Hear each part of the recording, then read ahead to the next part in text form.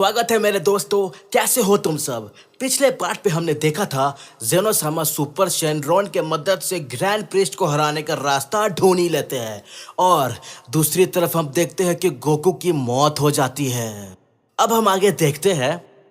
Goku के मरने के बाद सभी कोई होप छोड़ देते हैं। लॉर्ड बीरस सदमे में चले जाते हैं। वेजिटा बोलता है, ये तूने क्या किया कैकरॉट? मेरे भाई अपनी जान कुर्बान कर दी।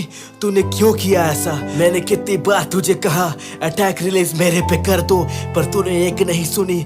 मैं इस नुकसान को झेल नहीं पाऊंगा। और फिर ग्रैंड प्रिस्ट जब देखता है गोकू मर गया है तो उसके चेहरे पे एक इविल स्माइल दिखती है और वह बोलता है, आखिरकार कैकरॉट मर गया।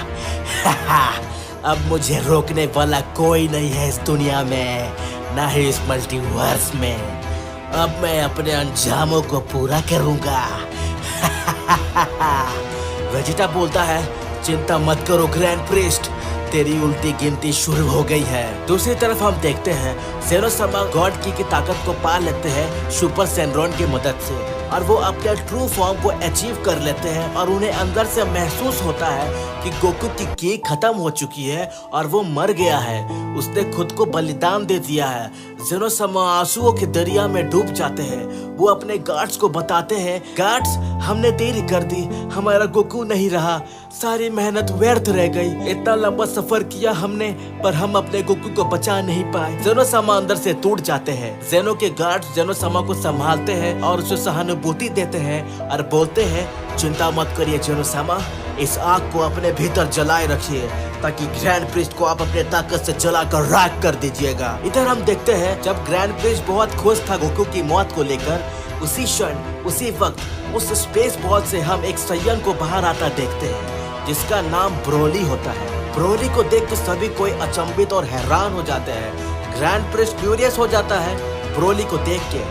ब्रोली अपने स्पेस बॉल से बाहर आता है और वो देख के समझ नहीं पाता क्योंकि यहाँ बहुत केओस फैला हुआ होता है और यहाँ लॉर्ड बीरस, फ्यूचर ट्रंक्स और वेजिटा सोच रहे होते हैं कि ये सयन हमारे तरफ से है या ग्रैंड प्रिस्ट की तरफ से। क्या यह हमें बचाने के लिए आया है या फिर कोई ग्रैंड प्रिस्ट की नई चाल है हमें मरवाने की? इतने में हम देखते हैं कि ग्रैंड प्रिस्ट वेजिटा को नीचे फेंक देता है और ब्रोली पर अंधाधुन हमला बौछार कर देता है जिससे ब्रोली देख सकपका जाता है और ब्रोली भी फाइटिंग मोड में आ जाता है। ब्रोली के कुछ बोलने से पहले ही ब्रोली पर अटैक होने लगती है जिसे देख ब्रोली गुस्से से पागल हो जाता है और वो अपने अल्टीमेट फॉर्म में आकर फाइट करने लगता है। फाइट बहुत इंटेंस हो जाती है। ग्रैंड प्रिस्ट बोलता है, चलो ब्रोली मुकाबला करो। तुम्हें एक बात मैं बता दूं और मैं सचेत कर देता हूँ कि तुम भी मरने वाले हो। ब्रोली को कुछ समझ नहीं आता। वो बोलता है, तुम कहना क्या चाहते हो? और ग्रैंड प्रिस्ट एक की ब्लास्ट ब्रोली पर रिलीज कर देता है।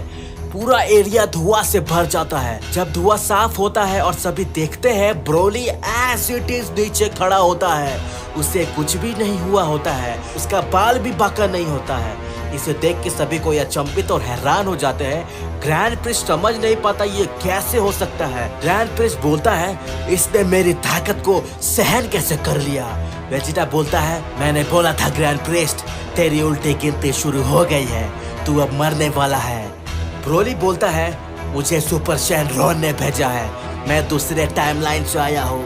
दरअसल जेनोसामा के एक विश गलत फैमिली के चलते वेस्ट हो गया था और ये सिचुएशन फर्स्ट सिचुएशन है और सुपर शेनरॉन ने सदियों में एक बार ऐसा किया है नियम को तोड़ के चाके ताकि यहाँ कुछ मदद मिल सके और इस कमीना का अंत मैं कर सकूं। बीरस, ट्रंक्स, मुझे आने में देरी हो गई, मुझे माफ करना।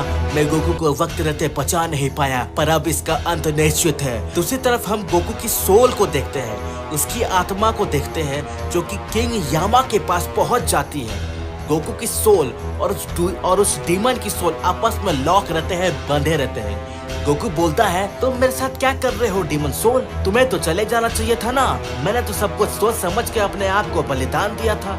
डीमन बोलता है, तुम्हारा बॉडी डिस्ट्रॉय होने से पहले मैं तुम्हारा बॉडी को छोड़ नहीं पाया, मुझे देरी हो गई जिसके चलते अब तुम्हारी बॉडी का मैं भी सोल कहलाने लगा, इसलिए मैं भी तुम्हारे साथ किंग यामा के दरबार में आना पड़ा।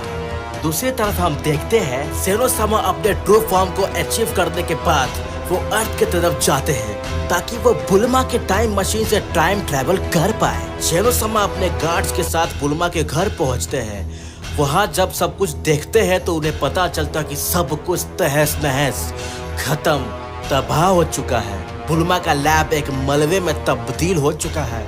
सेनोसामा को समझ आता है ग्रैंड प्रिस्ट ने सब कुछ तबाह कर दिया। वो बहुत कमीना है, उसने जरा सा भी दया और माया नहीं रखी। इतने में सेनोसामा गुस्से में आ जाते हैं और वो ग्रैंड प्रिस्ट की तरफ बढ़ने लगते हैं तेजी से, जिसे देख के सेनो के गार्ड्स उन्हें रोकने के लिए आगे बढ़ते हैं।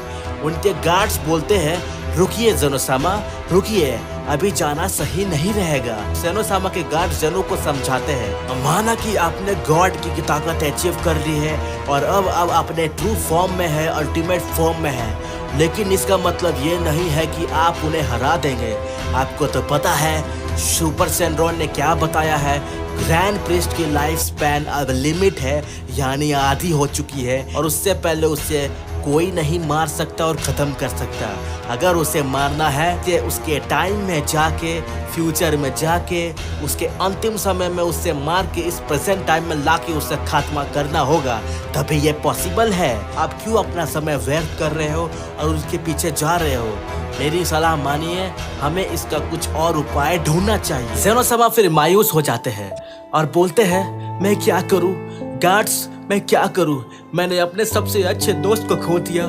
कहा मैं strongest being in the multiverse था और आज मुझे ताकत के लिए धक्के खाने पड़ रहे हैं।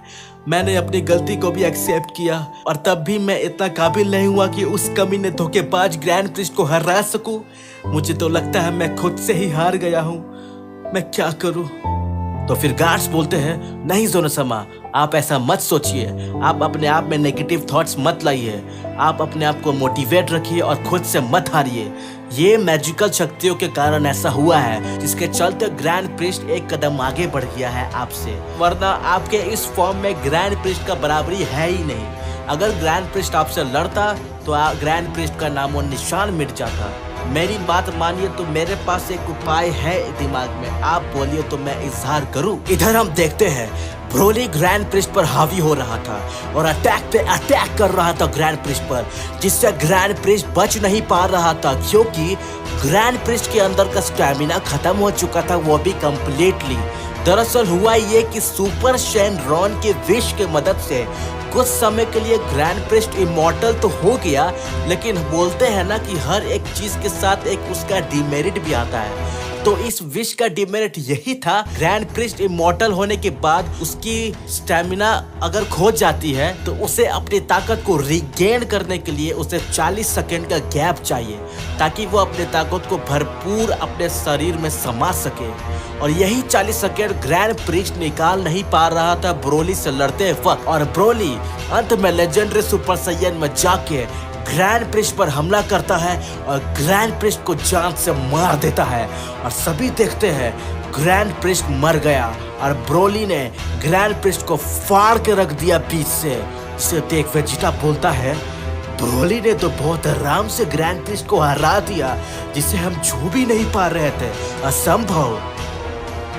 तो क्या लगता है अब मेरे दोस्तों, क्या सच में ग्रैंड प्रिस्ट मारा गया है या फिर बहुत बड़ा कुछ भला इन सभी का इंतजार कर रहा है? अगर ये सब कुछ जानना है तो पार्ट 9 का इंतजार करें। तब तक के लिए लाइक, शेयर और वीडियो को सब्सक्राइब करना मत भूलिएगा।